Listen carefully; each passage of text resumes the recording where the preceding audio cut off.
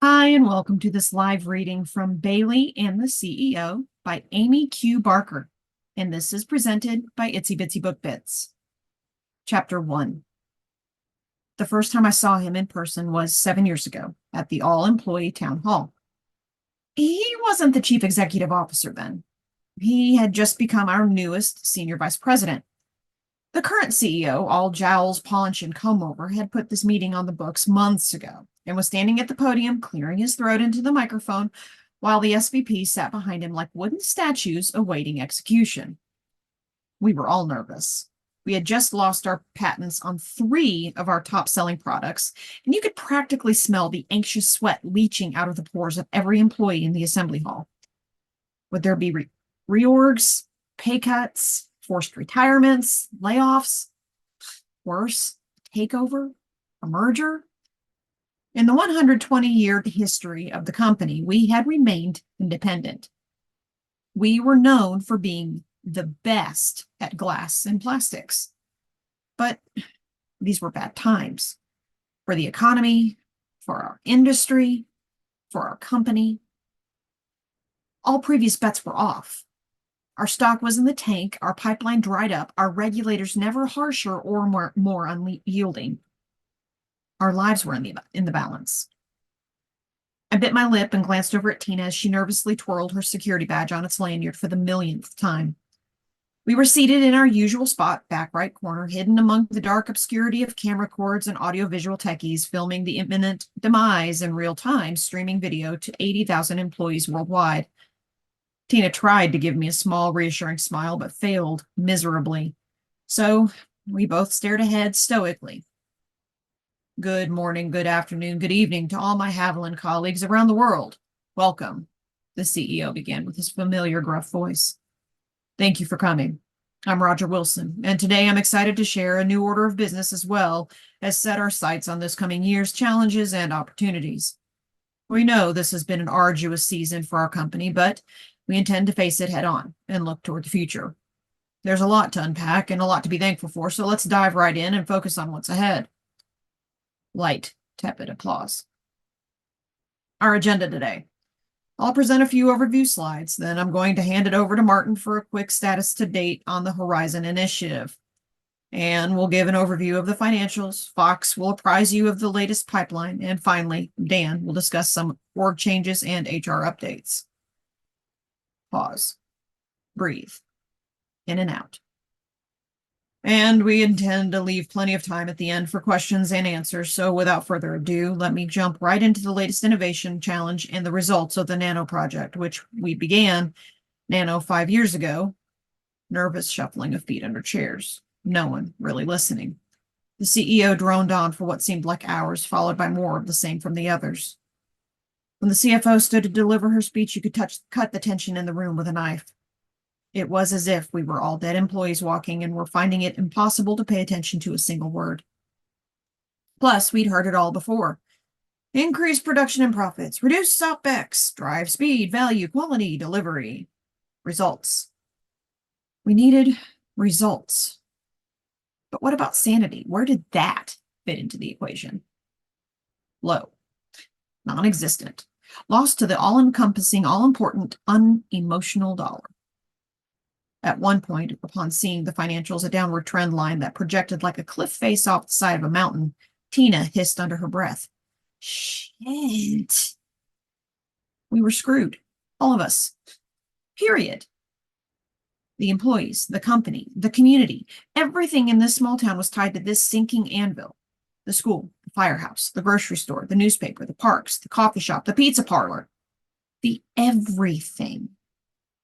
The amount of money that had been funneled directly into Courtville from Havelin via donations, fundraisers, charitable activities, and community sponsorships, not to mention the trickle-down effect of employees who spent their generous salaries bolstering the housing market, the restaurants, the downtown shops, the historical museum, the pharmacy, the hardware store, the music hall, the garden shop, the gazebo on the square. Staggering. What would happen?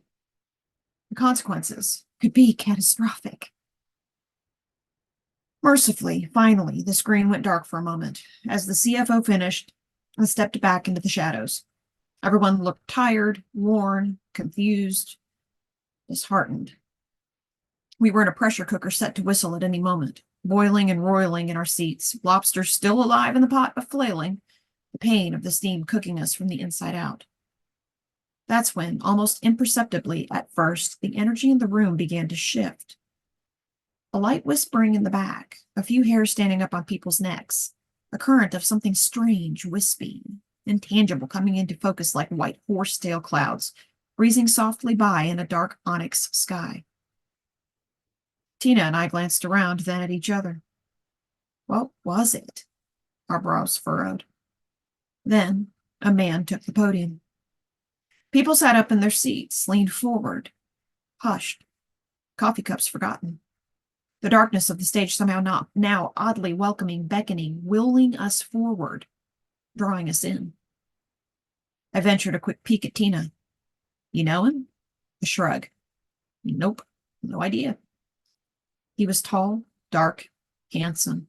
Yes, as though he had stepped right out of the pages of a magazine. Was that a dimple in his left cheek? Wow, I loved a good dimple. And young, no, not like a teenager, but like someone too young to be an SVP in our company. Maybe 35-ish. Every other SVP in our stodgy, conservative, old-school Havelin was mid-50s and up, gray, bald or balding, mostly male, white, stiff upper-lipped, and for the most part, uglier than sin. Certainly not this. I swiveled my neck to the back of the room, then to the side walls. What was happening here? Had he snuck in through the emergency exit? Was he crashing this town hall? Was someone about to break into song? Flash mob? Pour a vat of green slime or red paint on him? Are we being punked? Tackle him to the stage? Call security, there's been a breach!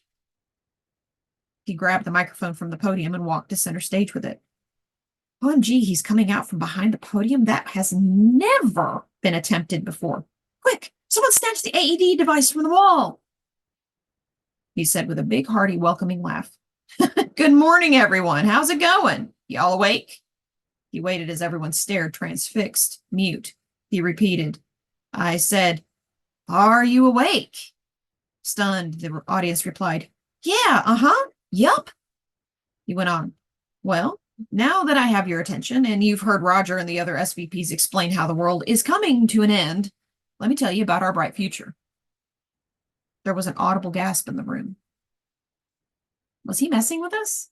Did he just disrespect the establishment while also throwing us downtrodden employees a bone?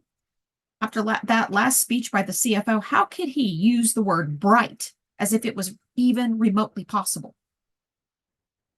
Or plausible? Now he really had our attention. He continued. I'm sure most of you don't know me, so first, let me introduce myself. My name is Fox Goodman. Tina and I whispered to each other. His name is Fox? I herald from the great golden state of California, born and bred. I hold a BS in chemistry from UC Berkeley and a PhD in epidemiology and clinical research from Stanford. I have two boys at home, 10 and 7, who spend an inordinate amount of time playing video games and eating me out of house and home. I enjoy hiking, biking, kayaking, reading, and fly fishing. Roger and I go way back. He paused to gaze at the CEO, who was sitting in his chair with an uncomfortable, constipated look on his face, pinching his lips together in a weak attempt at a smile. Undeterred, Fox went on. I've just been hired as your new SVP of Research, Development, and Engineering, and I intend to get up to speed as quickly as possible to assess how we can best move forward.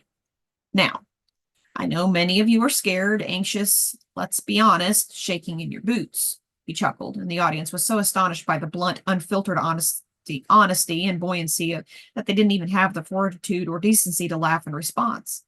Their hearts still lodged like prunes stuck between sternum and throat.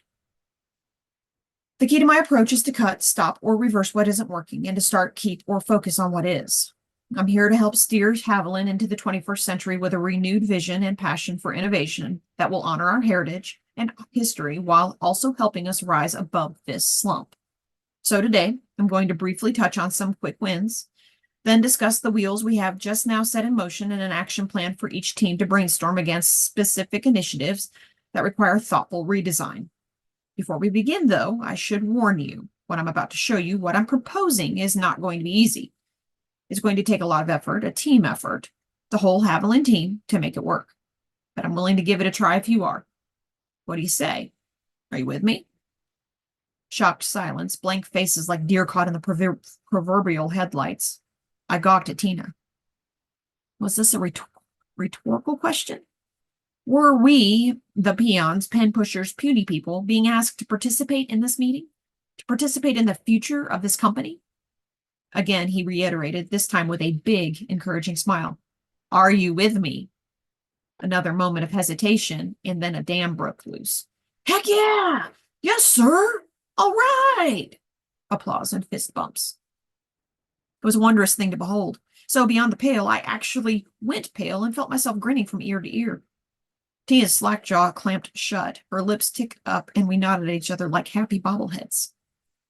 Fox's broad, dimpled cheek never wavered. Then, as the noise died down, we heard a click, and the research pipeline slide snapped up on the screen like a Technicolor kaleidoscope beacon in the night. You could feel it, like the ice cream truck's bell dinging around the corner on a hot summer day. Relief. Utter, sheer, unadulterated, unwavering relief. Someone, finally, someone had a plan.